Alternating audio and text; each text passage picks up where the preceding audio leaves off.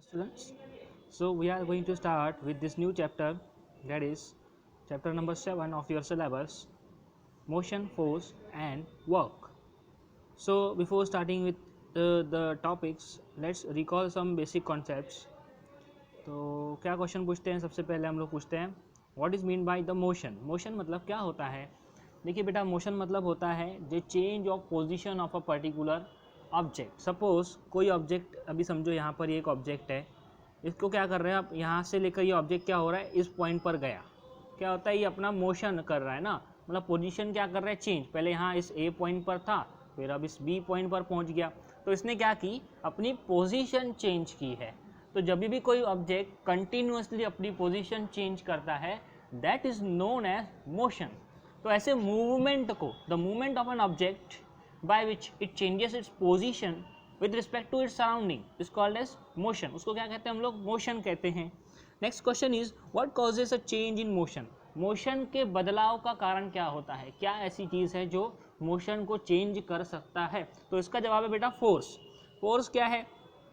Force is basically a push or a pull. Force is basically a push or a pull on an object. मतलब ये मान लो एक ऐसा block है, ये ऐसा धरती पर पड़ा हुआ है. अब यहाँ पर एक लड़का आ गया, ये देखिए इसका नाम है गोलू. गोलू इसको ऐसा पुश करता है ना, तो क्या लगा रहा है, ये फोर्स लगा रहा है. तो ये फोर्स इज अ पुश और a pull due to which the object comes into a motion और a moving object starts moving और मूविंग ऑब्जेक्ट स्टॉप्स. तो मूविंग ऑब्जेक्ट क्या है, वो रुक जाएगा. या फिर किसी ऑब्जेक्ट को अगर आपको चलाना है, रुका हुआ है उसको चलाना है, तो भी फोर्स लगाना पड़ेगा. और अगर किसी ऑब्जेक्ट, चलते हुए ऑब्जेक्ट को रोकना है, तो भी आपको क्या करना पड़ेगा, उसको रोकने के लिए फोर्स लगाना पड़ेगा. तो फोर्स और मोशन जो है वो इंटर रिलेटेड हैं. बिना फोर्स के मोशन नहीं देखा जा सकता. या मोशन को रोकना भी है तो आपको उसके लिए क्या करना पड़ेगा, फोर्स लगाना पड़ेगा. अब फोर्स जब लगाते हैं हम, तो फोर्स लगाते समय हम मेहनत तो करते हैं, है ना, हम लोग कुछ काम तो कर रहे हैं ना, मेहनत कर रहे हैं. दैट मेहनत इज नोन एज, दैट काम इज नोन एज वर्क. उसको कहते हैं हम वर्क डन.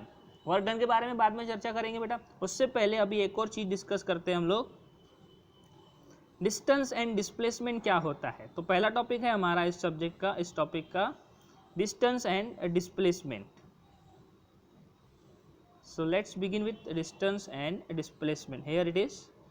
अब यहाँ पर एक एग्जाम्पल दिया गया बेटा, ये वाली पिक्चर में देखना है आपको. इसमें क्या बताया गया है कि रंजीत जो है उसका घर कहाँ पर है, इस ए पॉइंट पर है. रंजीत का घर कहाँ है, इस ए पॉइंट पर है. और उसका स्कूल कहाँ है, ये डी पॉइंट पर है. तो रंजीत क्या करता है, पहले ए से बी ऐसा जाता, फिर बी से सी ऐसा जाता, फिर सी से डी होते हुए ऐसा स्कूल पहुँचता है.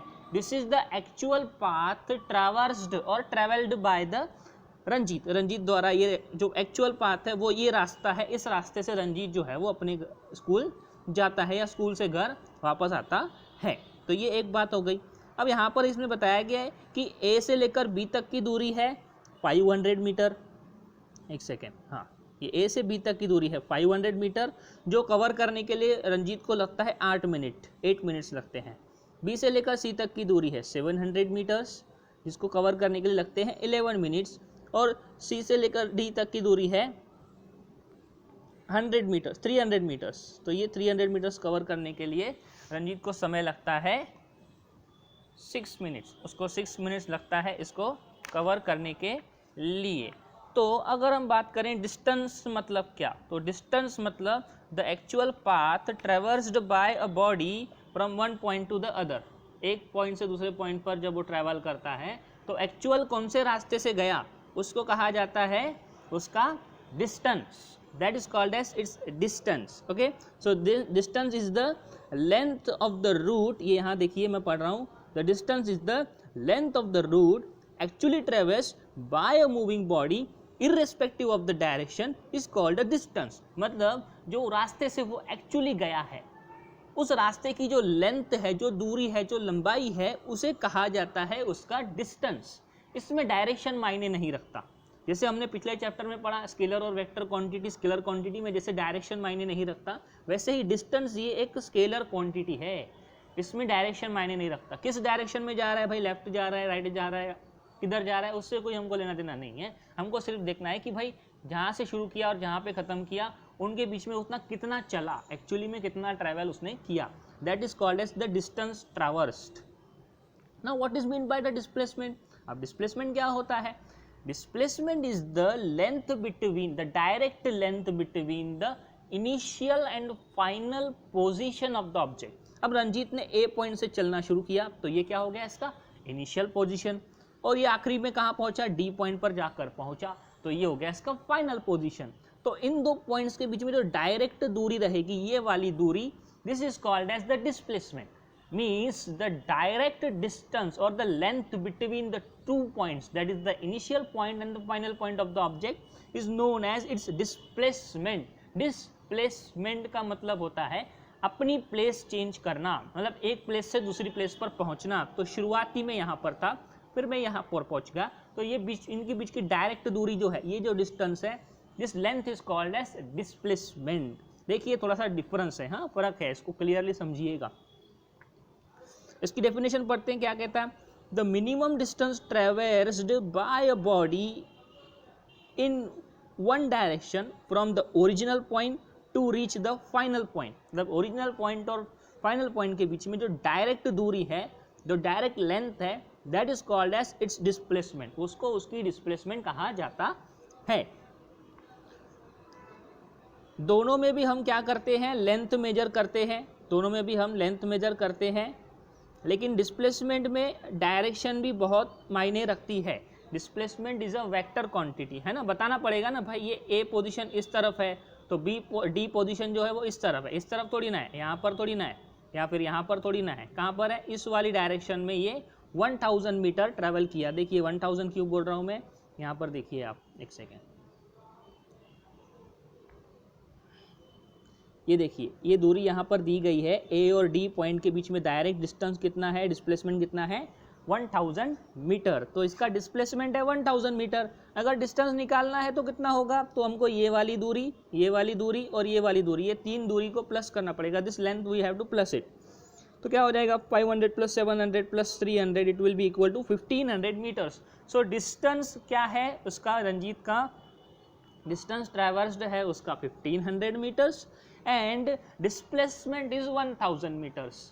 ठीक है बेटा, ये सिंपल सी चीज है डिस्टेंस और डिस्प्लेसमेंट। एक बात याद रखिए, distance is a scalar quantity, displacement is a vector quantity, hence displacement depends on magnitude as well as direction, दोनों चीज़ों पर वो डिपेंड करता है। और अगर MKS सिस्टम में हम इनके यूनिट की बात करें, है ना, किसी भी क्वांटिटी को मेजर करना है तो उसका यूनिट तो पता होना चाहिए, तो वैसे ही इसको डिस्टेंस और स्पीड को मेजर करने के लिए सेम यूनिट इस्तेमाल होता है, दैट इज मीटर।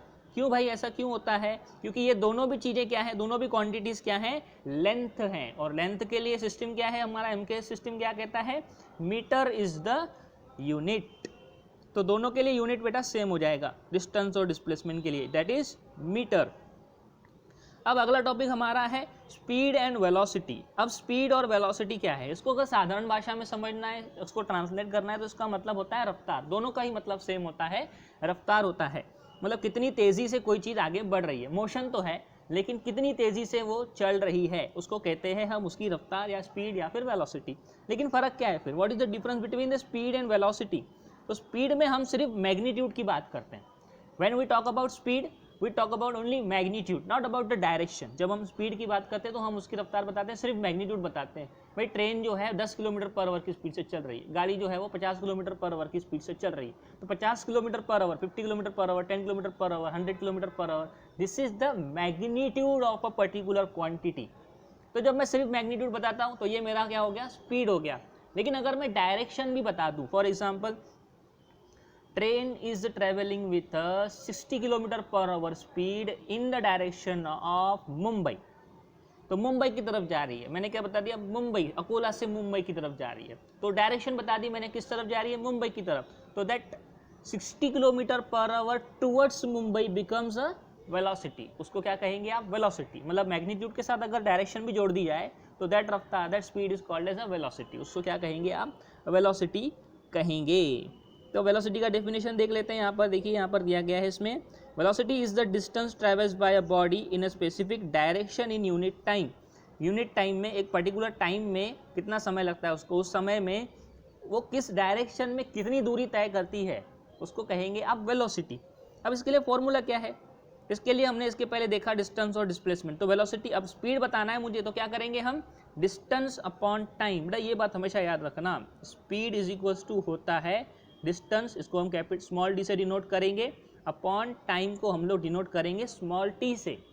तो speed is equals to distance traversed, जो हमने यहाँ ये वाला बात किया ना डिस्टेंस वाला, ये distance traversed divided by time taken, मतलब एक पॉइंट से दूसरे पॉइंट पर पहुंचने में टाइम कितना लगा। अब देखिए आप कैलकुलेट करिए, रंजीत को समय कितना लगा ए से बी, फिर बी से सी, फिर सी से डी, मतलब ए से डी तक पहुंचने में टोटल समय कितना लगता है वो प्लस कर लीजिए।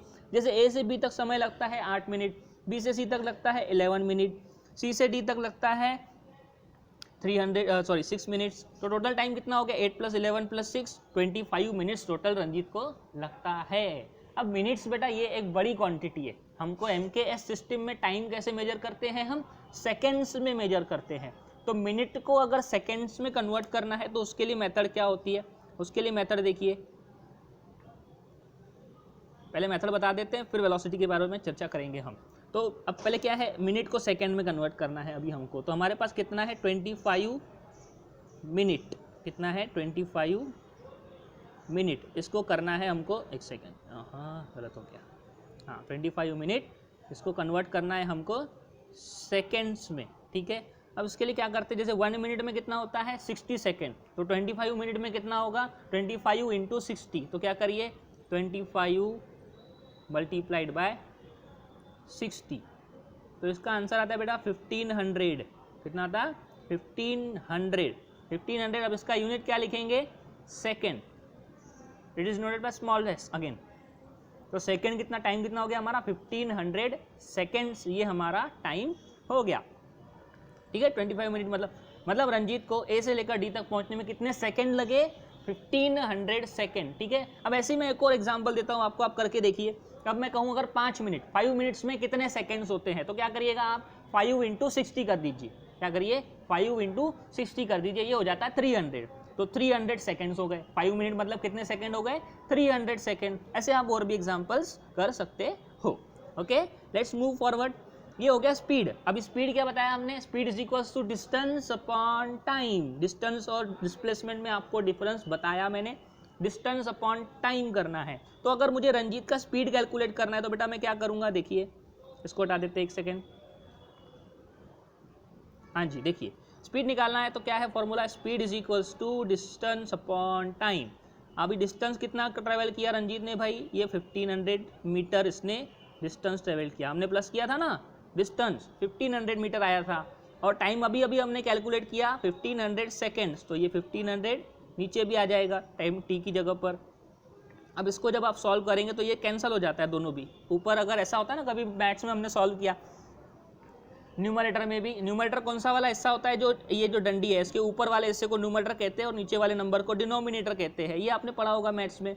तो न्यूमरेटर डिनोमिनेटर जब सेम होता है ना तो उसको कैंसिल कर देना चाहिए, तो बचेगा क्या आंसर 1 बचेगा, कैंसिल होने के बाद क्या बचेगा, हमेशा 1 बचेगा। तो ये 1 क्या हो गया, 1 मीटर पर सेकेंड। तो स्पीड कितनी हो गई हमारी 1 मीटर पर सेकेंड, हमारी मतलब रंजीत की स्पीड कितनी हो गई 1 मीटर पर सेकेंड, 1 मीटर पर सेकेंड। मीटर पर सेकेंड क्या है बेटा, ये मीटर पर सेकेंड है, ये हमारा unit, unit of what, unit for speed. Speed के लिए यूनिट क्या यूज किया हमने, मीटर पर सेकेंड। ये हम बेटा एमकेएस सिस्टम में देख रहे हैं, ये आपने 6th चैप्टर में पढ़ा है एमकेएस सिस्टम, अगर याद नहीं है तो एक बार उसको रिवाइज कर लेना वापस जाके बुक में देखकर, ठीक है। अब इसको हटा देते हैं, अब बात करते हैं स्पीड की, एक सेकेंड इसको हटा दे पहले हम लोग, देखिए अब बात करते हैं हम वेलोसिटी की। वेलोसिटी की अगर बात करें हम, रंजीत की वेलोसिटी कितनी होगी, अगर हमको पता करना है कि रंजीत की वेलोसिटी कितनी होगी, तो वेलोसिटी के लिए बेटा मैं फॉर्मूला बता दूं आपको, ये होता है velocity is equals to displacement, इसको हम कैपिटल डी से डिनोट करेंगे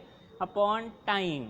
वहाँ क्या लिया था स्पीड में, डिस्टेंस अपॉन टाइम, अब क्या ले रहे हैं, डिस्प्लेसमेंट अपॉन टाइम। तो रंजीत का डिस्प्लेसमेंट कितना है बेटा, रंजीत का डिस्प्लेसमेंट है 1000 मीटर, और टाइम कितना लग रहा है उसको ए से लेकर डी तक पहुंचने में, उतना ही 1500 सेकेंड्स। तो यहाँ नीचे क्या ले लेंगे हम 1500 सेकेंड्स, टी की जगह पर 1500 और कैपिटल डी की जगह पर 1000। अब देखिए बेटा नीचे भी 2 जीरो है, ये कैंसिल हो जाएंगे, ऊपर भी 2 जीरो है, ये कैंसिल हो जाएंगे, क्या बचेगा 10/15। अब देखिए ये कॉमन टेबल में कैंसिल होते हैं क्या, किसी एक कॉमन टेबल में आते हैं क्या, क्या कोई ऐसी एक टेबल है जिसमें 10 भी आता है और 15 भी आता है? हाँ जी, ऐसी एक टेबल है 5 की टेबल, तो उसमें हम उसको कैंसिल करेंगे। तो देखिए कैसे कैंसिल होता है, 10 जो है वो 5 की टेबल में 2 पर आता है और 15 जो है वो 5 की टेबल में 3 पर आता है। तो हमारे पास क्या बचा, 2/3। क्या बचा हमारे पास, 2/3। अब फिर से इसको क्लीन कर देते हैं, तो अब बच गया हमारे पास 2/3। अब जब 2/3 को आप सॉल्व करोगे तो यू विल गेट, अगर आप इसको सॉल्व करोगे डिवाइड करके देखोगे तो you will get an answer 0.66 क्या, मीटर पर सेकेंड। तो ये हमारी वेलोसिटी क्या हो गई, 0.66 मीटर पर सेकेंड। मतलब रंजीत की वेलोसिटी है 0.66 मीटर पर सेकेंड। मीटर पर सेकेंड क्या है ये बेटा, unit used for velocity. Velocity के लिए जो यूनिट इस्तेमाल होता है वो है हमारा मीटर पर सेकेंड। मतलब स्पीड के लिए भी हम वही यूनिट इस्तेमाल करते हैं और वेलोसिटी के लिए भी हम वही यूनिट इस्तेमाल करते हैं। तो ये चीज़ याद रखिएगा, स्पीड और वेलोसिटी का जो यूनिट होता है वो होता है एक सरी का, एक जैसा, सेम, ठीक है। लेकिन मैग्नीट्यूड देखिए दोनों का क्या आया है, वैल्यू जो है वो अलग अलग आया है। स्पीड का वैल्यू क्या था बेटा, 1 मीटर पर सेकेंड, और इसका वेलोसिटी का कितना आ रहा है, 0.66 सेकेंड, मीटर पर सेकेंड। तो ये वैल्यू अलग अलग आ रहा है। क्यों अलग अलग आ रहा है, दोनों के लिए देखा जाए तो टाइम तो उतना ही था 1500, लेकिन अलग अलग क्या था, फर्क क्या था, डिफरेंस क्या था, डिफरेंस था हमारा डिस्टेंस और डिस्प्लेसमेंट में। तो अगर किसी मोशन में डिस्टेंस और डिस्प्लेसमेंट की वैल्यू अलग अलग आती है तो स्पीड और वेलोसिटी की भी वैल्यू अलग अलग आएगी। ये बात हमेशा याद रखना, ठीक है। इसको इंग्लिश में बता देते हैं, in a particular motion if the value of distance and displacement is different, the values of speed and velocity will also be different। वो भी अलग अलग रहेगा, ये बात हमेशा बेटा याद रखनी है, ठीक है। आई होप आपको ये समझ में आया होगा। अब देखते हैं आगे का टॉपिक। इसके आगे एक टॉपिक है average velocity and instantaneous velocity क्या होती है, ठीक है। इसको हटा देते हैं अभी, एक सेकेंड, आ जाइए, देखिए अभी आगे ये जो आपको यहाँ पे दिखाया गया है ये हमने ऑलरेडी कर लिया इसको। ये वाला पोर्शन जो है, इतना वाला पार्ट, ये वाला पार्ट मैंने ऑलरेडी आपको पीछे बता दिया है। वेलोसिटी कैसे कैलकुलेट करना है, डिस्प्लेसमेंट कैसे कैलकुलेट करना है और स्पीड कैसे कैलकुलेट करना है। वेलोसिटी स्पीड सेम कब आती है, सेम कब आएगी वेलोसिटी और स्पीड की वैल्यू, जब डिस्टेंस और डिस्प्लेसमेंट की वैल्यू सेम होगी, ठीक है। अगर डिस्टेंस और डिस्प्लेसमेंट की वैल्यू सेम होगी तो ये याद रखिए स्पीड और वेलोसिटी की वैल्यू भी सेम आएगी, ये बात हमेशा याद रखिएगा। अब आते हैं अगले टॉपिक पर, average velocity and instantaneous velocity. अब एवरेज वेलोसिटी और इंस्टेंटेनियस वेलोसिटी क्या है, तो यहाँ पढ़ते हैं, the velocity of an object can change even while it is moving along a straight line. अगर कोई ऑब्जेक्ट ऐसा स्ट्रेट लाइन में चल रहा है तब भी उसकी वेलोसिटी क्या हो सकती है, बदल सकती है। बदल कैसे सकती है, जैसे सपोज मान लीजिए, suppose that a truck is covering a distance of 40 kilometre from A to B in a straight line. तो पहले जो ए से लेकर बी तक का डिस्टेंस इसने ट्रेवल किया वो कितना है, 40 किलोमीटर, एक स्ट्रेट लाइन में ट्रेवल कर रहा है। That is it's displacement will be 40 kilometre. तो स्टार्टिंग में इसका डिस्प्लेसमेंट कितना होगा, ए से लेकर बी तक का 40 kilometre. If it requires altogether 1 hour for this, its average velocity is 40 kilometre per hour.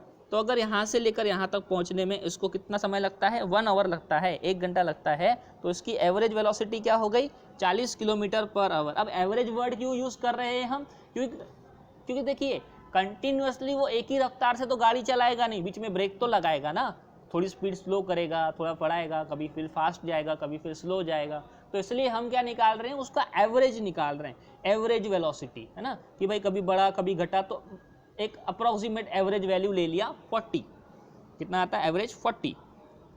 ये ए से लेकर डी तक की बात हो रही है, सॉरी ए से लेकर डी तक बात हो रही है, ये ए से लेकर बी तक की नहीं, ये ए से लेकर डी तक की बात हो रही है। यहाँ से लेकर यहाँ तक टोटल 40 किलोमीटर है। देखिए ए से बी 10, बी से सी 10 और सी से डी 20। इस तरीके से इसने पूरा 40 किलोमीटर ट्रैवल किया है। अब बीच बीच में वो क्या कर रहा है, अपनी स्पीड कम ज़्यादा कर रहा है। तो उसके लिए समझ, अभी कैसे पता चला हमको कि स्पीड कम ज़्यादा कर रहा है, उसके लिए देखिए आगे बढ़ते हैं हम लोग, आपको समझ में आएगा।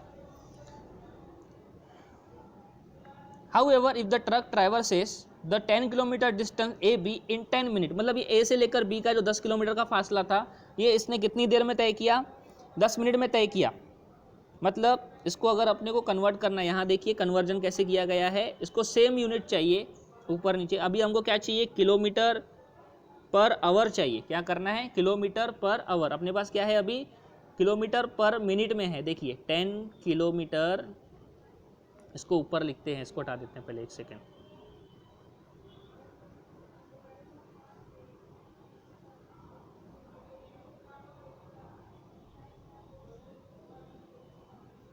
देखिए हमारे पास क्या है ऐसा, 10 किलोमीटर अपॉन 10 मिनट। अब मैंने बताया था आपको, याद करिए, मिनट को अगर सेकंड में करना है तो क्या करते हैं हम? 60 से मल्टीप्लाई करते हैं, है ना। और अगर सेकंड को मिनट्स में करना है तो क्या करते हैं हम? 60 से डिवाइड, सेकंड मिनट्स को अगर आवर्स में करना है तो हम उसको क्या करते हैं? 60 से डिवाइड करते हैं। तो ये मिनट को हमको क्या करना है? आवर्स में कन्वर्ट करना है। तो क्या करेंगे हम? इसको 60 से डिवाइड करेंगे। मतलब नीचे यहाँ पर मुझे क्या करना होगा? 60 लिखना होगा। और जब नीचे 60 लिखते हैं तो ये 60 कहाँ चला जाता है? ऐसा न्यूमरेटर में चला जाता है। तो 60 इंटू 10 ऊपर न्यूमरेटर में चला जाएगा, ये 60 इंटू 10, ये हो जाएगा ऊपर 600 डिवाइडेड बाय नीचे।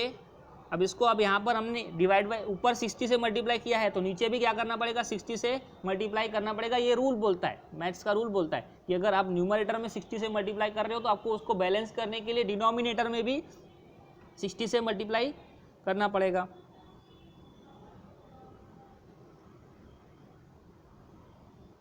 तो नीचे मल्टीप्लाई करिए 60 से, तो ये हो जाएगा 60,